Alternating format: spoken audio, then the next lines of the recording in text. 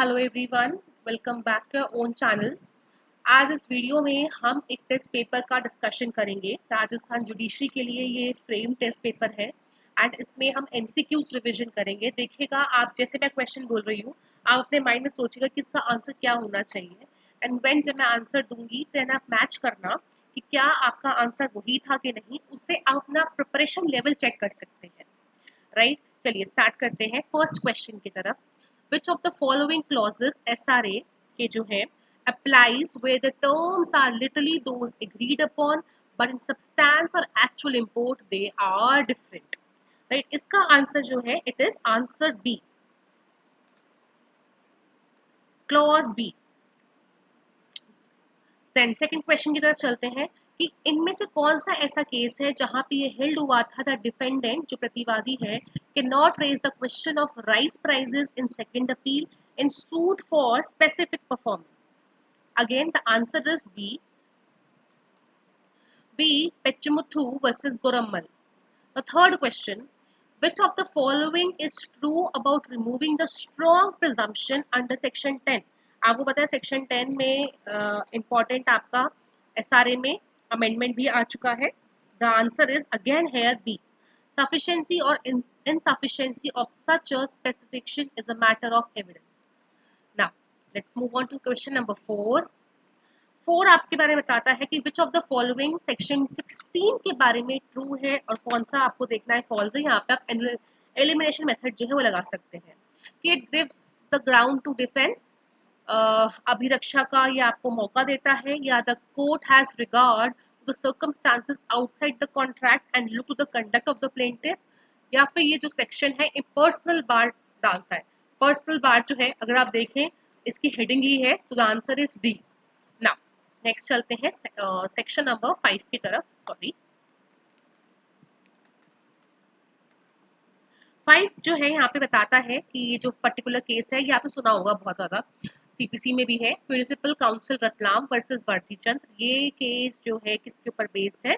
Clear, the answer is failure of a local body to perform its statutory duty function. CPC में basically section 91 92 में आता है, injunctions में आता है, वहाँ सब आता है। सिक्स्थ क्वेश्चन की तरफ चलते हैं। A suit filed on the day next to the last date of limitation for filing thereof will not be barred by the time। इसके ऑप्शंस देखते हैं। If the plaintiff was unwell and suffering from viral fever on the last date, if the court was closed, देखो यहाँ पे क्या है, अगर plaintiff unwell है तो वो अपने एडवोकेट को बोल सकता है, ठीक है, बट कोर्ट क्लोज है for half an hour on the last date, it is a valid ground. Section number 4 आपको पता है इसके बारे में, so the answer here is your B, section number 4, limitation act कर अब देखेंगे। now 7th की तरफ चलते हैं।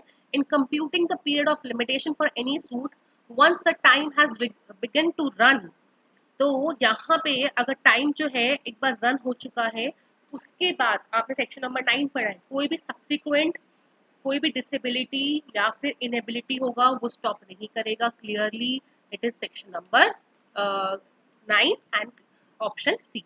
अब चलते हैं 8th की तरफ। Time taken in proceedings to set aside the sale in suit for possession by purchaser. अगर आप सेक्शन नंबर 15 पढ़ा है, 15 का क्लॉज 4 पढ़ा है, ये डायरेक्टली वही है। तो मैंने आपको जब क्लासेस भी पढ़ा रखी हैं तो मैंने बता रखा है कि सेक्शन 15 के आपको क्लॉज वाइज लर्न करना है और कहाँ पे सूट है और कहाँ पे आवेदन पत्र है वो भी लर्न करना। तो दैट इज अ क्वेश्चन जो यहाँ पे आ गया है। 9th पे चलते हैं। ये एनआई एक्ट का है, एनआई एक्ट का एक ही चैप्टर है यहाँ पर। तो which of the following statements जो है ट्रू है for the instrument payable on demand under provisions of NI Act? It must be presented as soon as possible for payment after it is received by the holder.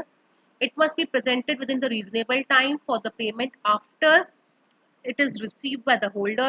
It must be presented outside usual business hours for payment, and it must be presented within 6 months of acceptance. Answer is B, है ना? It is reasonable time। चलिए इसके बाद चलते हैं 10th की तरफ।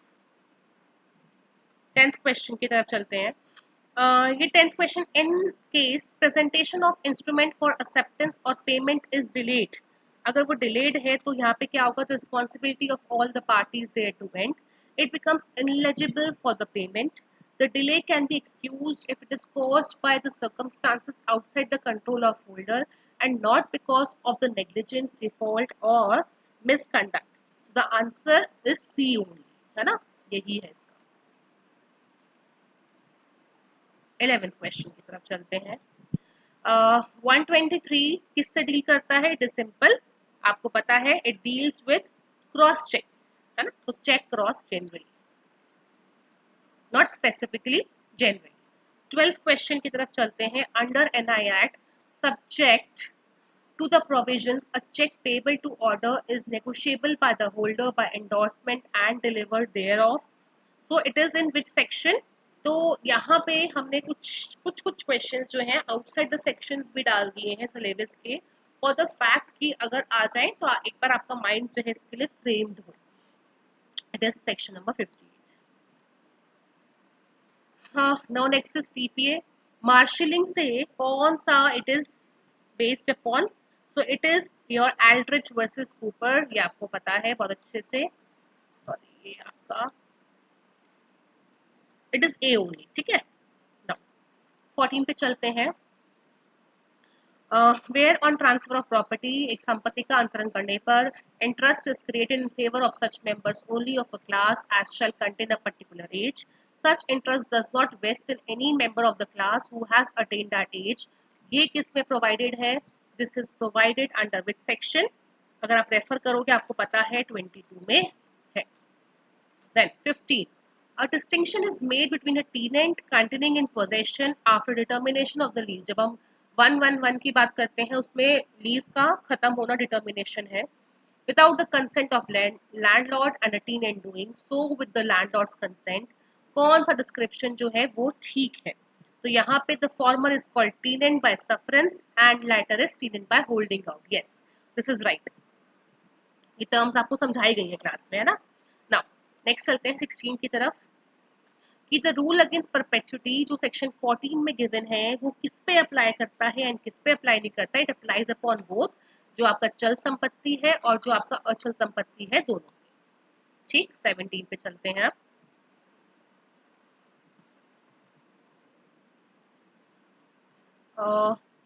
I think question number 17 is, हाँ, कौन कौन से कॉम्पिटेंट नहीं है कॉन्ट्रैक्ट के लिए? ये आपको पता है, माइनर इज नॉट कॉम्पिटेंट, जो एक अस्वस्थित का है वो भी नहीं, और जिसको अर्हता कर दिया गया है किसी भी लॉ से, चाहे फॉरेस्ट एक्ट से, वो भी नहीं, तो डी आ जाएगा।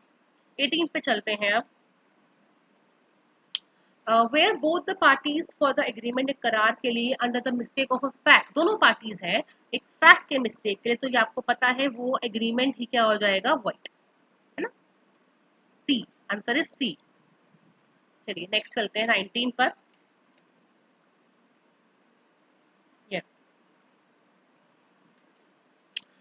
एंटिसिपेटरी ब्रीच की बात करते हैं। इन एंटिसिपेटरी ब्रीच होता क्या है? जो party A can not claim any remedy जब तक परफॉर्मेंस नहीं होती, ऐसा कुछ नहीं है।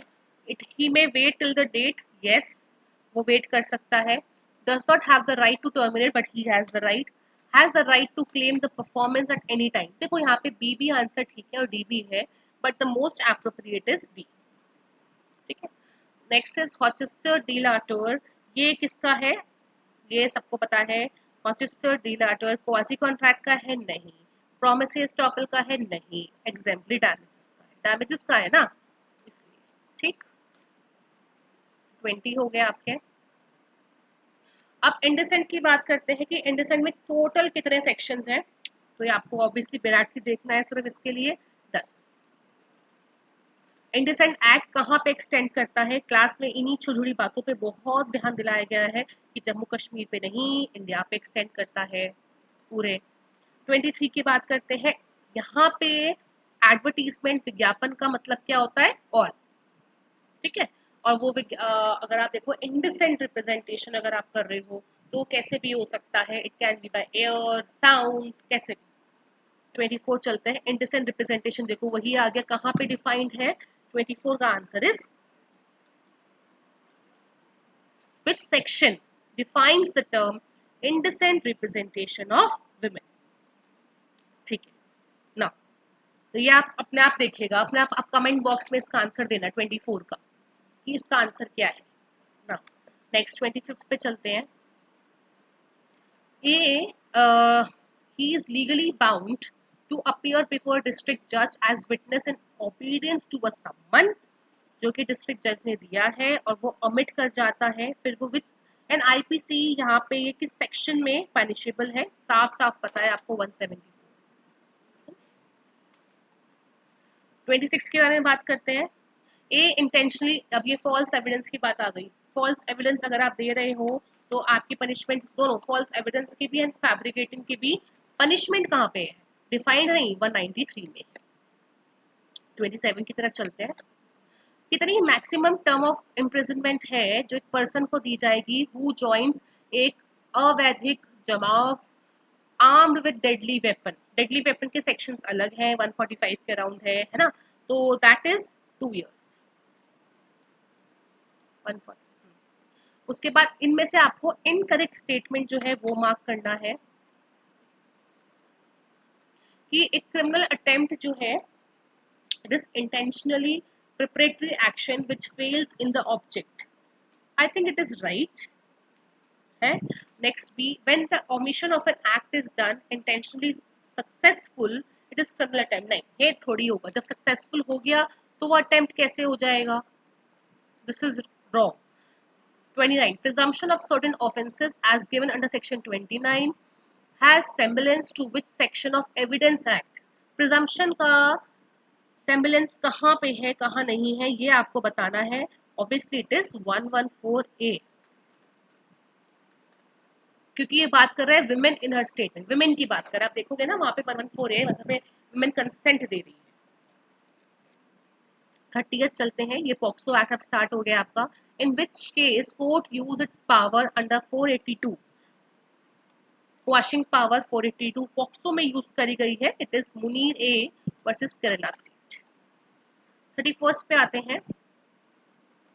30th सेक्शन में पॉक्सो के ही जो कल्पेबल आपका मेंटल स्टेट है it is presume, this does not mean that prosecution has no burden, still prosecution still needs to prove dash to the special court, yes beyond reasonable doubt, है ना। ऐसा नहीं है, एक प्रिजम्पशन तो है बट उसके बाद भी आपको प्रूव करना पड़ेगा। बस प्रिजम्पशन का मतलब ये हो जाएगा कि प्रोसिक्यूशन को प्रूव करने की जरूरत नहीं है, डायरेक्टली एक्यूज को प्रूव करना है। 32 पे चलते हैं। If the accused charge under POCSO या फिर SC/ST act which will prevail, दोनों में से कौन सा प्रिवेल करेगा, इट इज पॉक्सो। ठीक, ये किसी पर्टिकुलर जजमेंट में आया था। Point for determination is whether at Jaipur on certain date A committed the offence of murder. The fact that A was at Udaipur, वहाँ पे, अब ये यहाँ पे plea of alibi वाला सीन जो है वो आ गया है। So the answer is they make the existence, विद्यमानता और अविद्यमानता of any fact highly probable or improbable, ये सारे वर्ड्स जो है सेक्शन 11 के ही हैं। 34 पे चलते हैं। वही सभी है। Point for determination is that whether on a certain date A committed murder of B at Ajmer, the fact that on that day B जो है हरिद्वार में था, तो इसका answer it makes the existence highly improbable। Same। Now 35 पे चलते हैं। Again ये भी इसी के ऊपर ही है। The question is whether on a particular date A committed a crime of murder at Jodhpur, whether actually factually it has been proved that at the time and the day of occurrence A was at Bangalore। So इसका answer is again by the nature of transaction explanation of the fact is no। transaction ये तो section 9 बता रहा है। it reveals subsequent conduct ये section 8 बता रहा है। the fact of accused was intentional ये section number आपका 15-16 बता रहा है। plea of alibi, yes D is the right answer, D। 36 की बात करते हैं। A is accused of defaming B by publishing an imputation intended to harm the reputation of B, the fact of previous publication by A respecting B showing ill will on the part of A towards B is relevant because it is required for the explanation of fact and issue। it proves A's intention to harm, yes है ना। section 14 state of the mind। 37 चलते हैं। dash is not secondary rule of, अभी आपका वो आ गया interpretation of statutes is not secondary rule of interpretation, it is them generis, yes secondary नहीं है, ये प्राइमरी है। ठीक है, 37 के बाद 38 चलते हैं। The term dash means of the same class और स्पीशीज, इसका मतलब यही है, ईजिस देम जेनरस। 39 चलते हैं।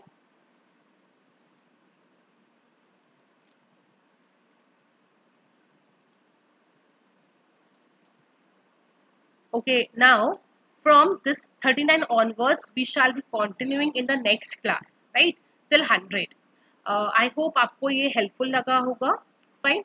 If yes, answers दीजिए, और अगर आपको चाहिए कि ऐसे ही continue हम करें MCQ, तो do write. Okay, that's it. Thank you everyone.